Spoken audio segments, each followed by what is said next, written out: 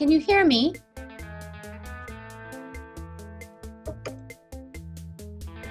Catherine? Hello. There she is, but I can't see you. Okay. I can hear you. Okay, hang on. Okay, there should be a video icon. I think it's down at the bottom. Hello. Oh my gosh. Hello, you look fantastic. Yeah. Okay.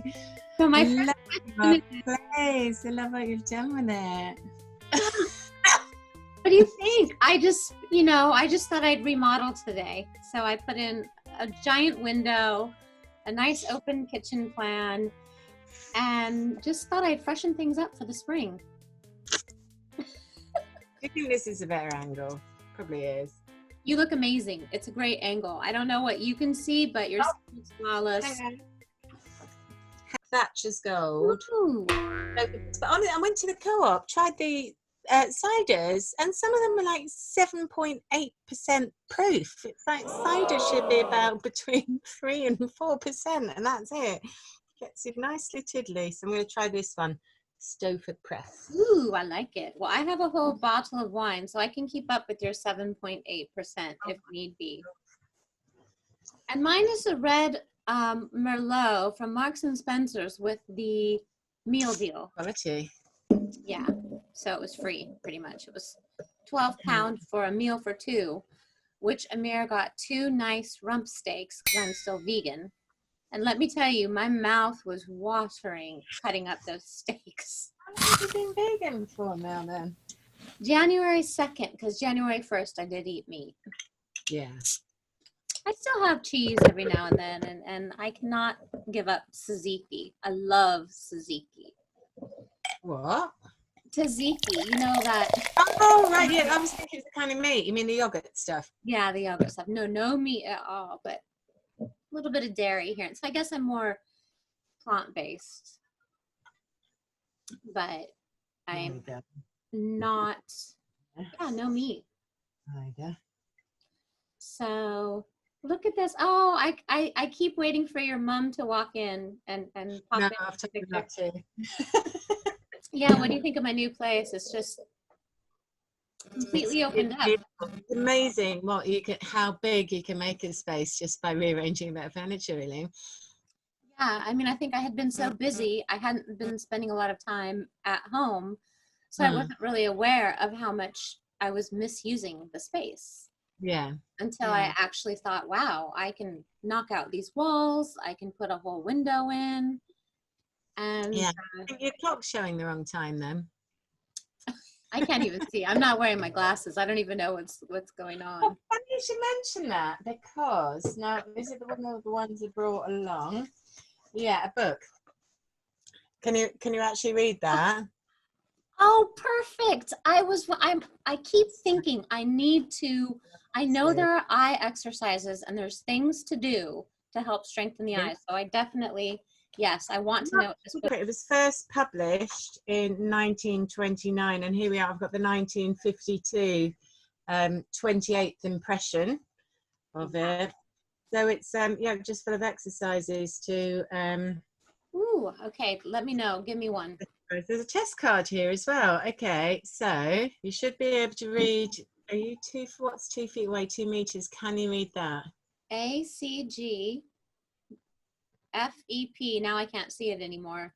Say something. Right, you should be able to read the book. Can you read it now?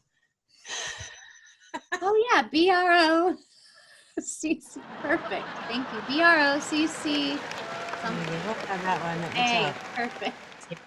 Okay, so let's take you through a couple of little eye exercises then to improve your sight without glasses. So there's neck exercises. Oh wow! I didn't realize the neck is connected to the eyes. Yeah, it says drop the chin forward on the chest, as in the last exercise. We'll leave the. Then describe a circle, a complete circle with it, turning the head first over the right shoulder, I've done the wrong shoulder, but over the right shoulder, and then over the back, next over the left shoulder, and return to the first position. So that's you should be doing something like that. Oh, I like her. I like her hair. I love that collar. She's Can you wearing. see any better now? Let me see the chart. Yeah. Hang on a tick. Right. Now, bear in mind, you should be able to read the bottom line from 2 feet away. What? B, Yeah. C, C. Oh, I don't know. So basically, the main hints are, see how far away you can see the letters on the bottom line without strain or effort. The exercises for improving memory and imagination and central fixation could best be performed with the aid of this test card. Wear your glasses as little as possible. The best results are obtained when they are discarded altogether. The main points of the natural treatment of defective vision are palming, swinging, blinking, splashing the eyes with the cold water and exposing them closed to the sun's rays. These are known as aids to relaxation. Cultivation of memory and imagination, central fixation and careful and methodical reading. These are known as aids to vision. The eye muscle exercises, the remedial neck exercises, and last by no means, a sensible diet. There you go. Wow. Okay, so did I hear exposing the eyes to the sun, or was it open or closed? Because Close. So you don't do a trap and closed. look at a full eclipse or anything like that. Right, I was gonna say, because that's not normally recommended, but in No. the 20s, It also says here, remember that glasses help you to see, but do not improve vision. They really hinder it and make your disability worse in oh time. wow. Yeah. So it was an actual disability to wear glasses. Yes, it was in 1928. Wow. And now it's almost like it's a power symbol. I actually have my, I have my sort of friendly glasses, and then I have my sort of the black rimmed. The little ones that you peep over the top of. Yeah, I don't know where they. Oh, here they are. The demo. I call these my power glasses. Yes. Yes. Look over the top of them. Yeah. Can I help you? Or this one. A little to the left. Yeah, a little to the left. No, a little to the right. That's very good. Very good. Oh, goodness. So I just say keep it up, and within a year or two you could look like this lovely lady. So she's my favorite. Yes, Barbara Cartland. Barbara Cartland. Yeah. And do you remember that? Sod. It was almost an addition to my box, which is actually a bag. Oh. I almost put sod in there, but I don't know where it is. Yeah. I was, just before we began this conversation, I was actually going to Google it and find out what is actually in superoxide dismutase, sod, which Barbara promised us was full of rejuvenating qualities that were absolutely astonishing. And how long did we take it for? About? I basically took it until I had that massive sciatica takedown. Connection. So maybe it means sciatica inducing drug. Also, we were really sold on the idea, because obviously Barbara Cartland, romantic novelist, but also proponent of eternal youth. Here she is looking a very lovely. She's just amazing. She was probably 80s then. She was probably the first, if you think about it, she was probably the first influencer, because she was writing she was a celebrity being an author, right? She was writing romance novels. And then she's also saying, if it was in modern times, she'd be like writing her novels like J.K. Rowling, but then she'd have her Twitter account where she'd be giving her little tips and bits, and Vogue and Bazaar would be saying, what do you do to get that figure? What do you do to get that skin glow? So she was almost a trendsetter. Because she was such a proponent on vitamins, and I mean, she took them by the truckload, because I think she had to import special duty ones from the States. And she was, we were really sold on this sod thing, weren't we? But this is the story she wrote it, how she discovered it. So she'd been introduced to it by a doctor. And then she said, at a very large banquet, I was taken to luncheon by the best looking man I have ever seen. He looked like one of my dukes. By that she means like one of the ones out of her novels. He was about 6 foot in height, slim, dark and handsome. Naturally, as soon as we sat down, I asked him, what do you do? I have just finished my 4th book on the White House, on which I'm an expert, he replied, as people do, on which I am an expert. And I have a play coming on in the West End. I must have looked rather surprised, for he looked too young to have done so much. And he said with a smile, how do you think I am? I thought about 25, but if that was rather young to have written 4 books, I said, well, to tell you the truth, 35. He laughed, ha, ha, ha, and he said, I am 55. My son, who's 10 years younger, was furious. He looked so marvellous. How do you do it? I said. I have been taking sod for 3 years, he replied. There you go. That was it. That's the origin story of sod. And we had to import it from the States. Remember that? It took like forever. Yes, it did. And then where did we find out that it was on sale? Yeah, you said you found it in that shop on my street, but yes, about 50 yards up the road from where you live, in their shop window. And we waited weeks and weeks for it to be grabbed. It was very exciting when we got that parcel. Yeah, it was, and that was fun. That was sort of a little bit of kind of like, oh, we have to import it from the States, sort of thing. But yeah. I mean, the U.S. just sells everything. I mean, there's whole stores just dedicated to amino acids and every type of vitamin you can get. And I went to my pharmacy today to pick up a prescription, and I said, oh, I wanted to change the allergy medicine that Amir was on, and she says. She asks me what it is, and it's one from the States, so I had to pull it up from the States. And she was so concerned, and she's like, well, no, the pharmacist says do not give him any other allergy medicine as long as he's taking that. And I said, okay, well, I'll wait 24 hours, but which one can I give him tomorrow? And she goes, okay, well, you can give him this one or this one. And she said, but don't combine the two. Like the pharmacist does not recommend this. And the thing is, like, if you would never get that level of care in this. You can just go buy whatever you want. I always you just buzz then. Is that you or me? I don't know. You're fine. Yeah, you're right. That's the thing in the UK. You can't. Can you hear that? I can hear you now. Okay, maybe we.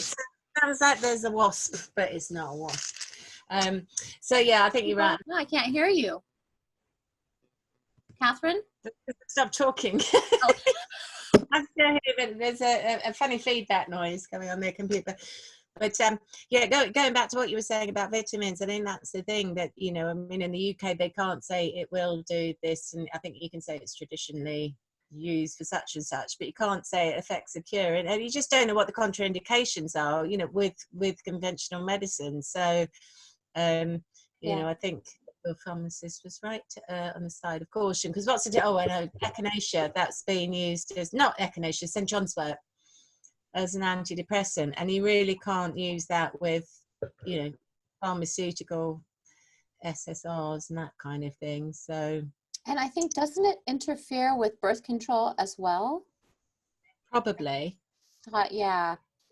I can't understand why you would think that, you know, some herbal remedies, on the one hand, could be doing you good, and on the other hand, are benign. You know, there's a lot of poisons just growing in the garden. So you have to be careful. Well, it's true, because the truth of the matter is that lots of pharmaceutical grade drugs, whether they be over the counter or prescription, are derived from plants. I mean, isn't aspirin or something is derived from a plant? I mean, there's just value. But that came from willow bark aspirin. That's the sort of basis of the synthesized drug. Do you know what one of the first synthesized beauty ingredients was? And you'll get it in hand cream, foot cream, depilatory cream. Lanolin? No, Nope. no, never mind. That's natural. I don't know. No. What was it? Synthesized. I can't say it. It's based on a real ingredient, but it was the first thing to be widespread synthesized in the 1800s. So if you can see, it should be second on the list. Water? Second one. It's blurry. Urea. Oh, fun. Wow. Yeah, and for you, I thought that's where do they get it from? Do they go to dairy farms where there's lots of cows and somebody's shoveling out the muck at one end, the milk in the middle, and somebody's doing the meat? But apparently, no, it was synthesized. It was the first thing to be synthesized widespread. I assume they might use it in leather tanning as well. Or was that dog poo? Can't remember.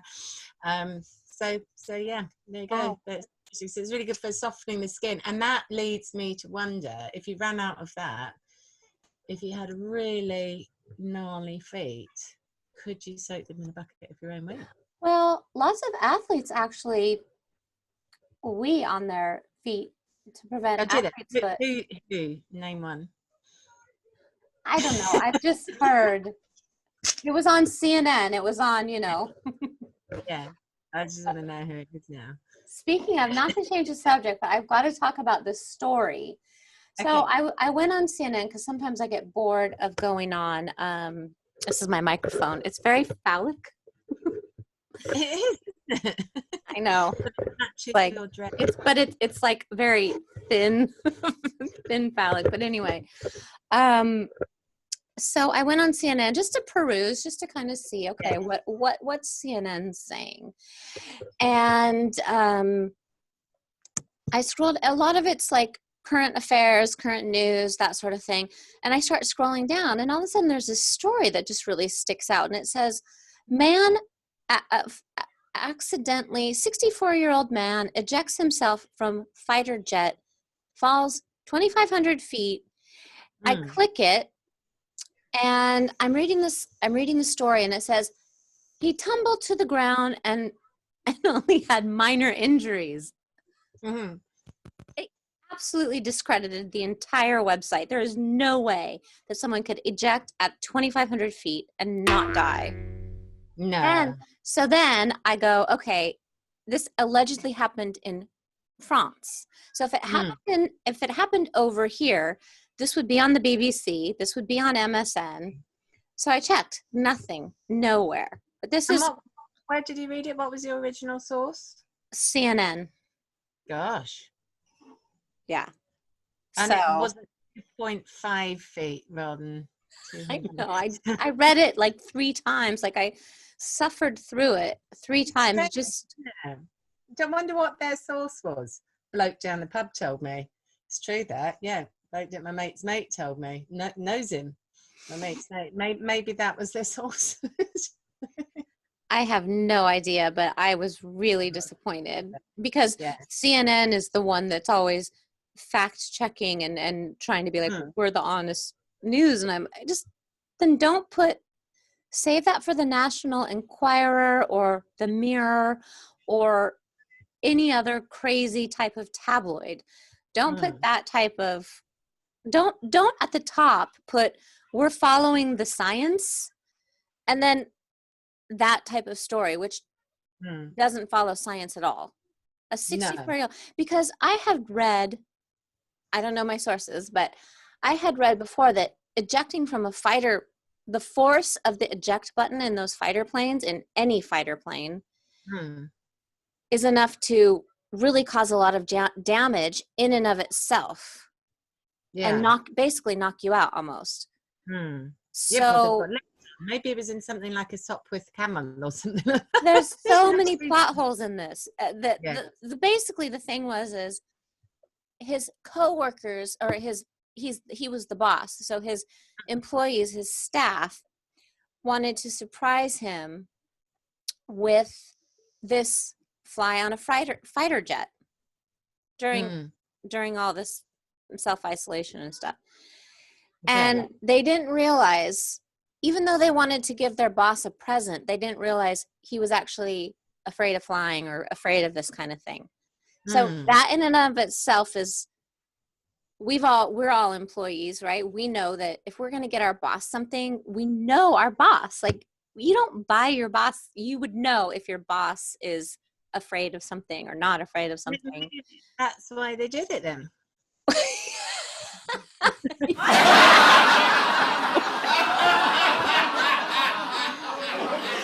It's coming. Maybe, yeah. I don't know. But I just, yeah. There's no way that that's story true. So don't read CNN for, like, I'm sorry, but it just doesn't stack up to me. They give somebody the exact opposite of what it is that they ideally would want. There's an eject button. You know, I mean, do you think it's that one? Whatever is that episode for Father Ted? Whatever you do, don't press that big red button by the scene. What is he doing? Just don't press it. You don't need to know. Yeah. Now, it wasn't April the 1st when you read this story then? No, it's on there right now. Like, I will send this to you after the call. The people hasn't caught up yet. To the people, like, yeah, I mean, it just... That's all we have left for today. So please click subscribe and stay tuned for our next episode. Also coming up is the Look IRO unboxing for April. Thanks again for listening. Stay safe and have a great day.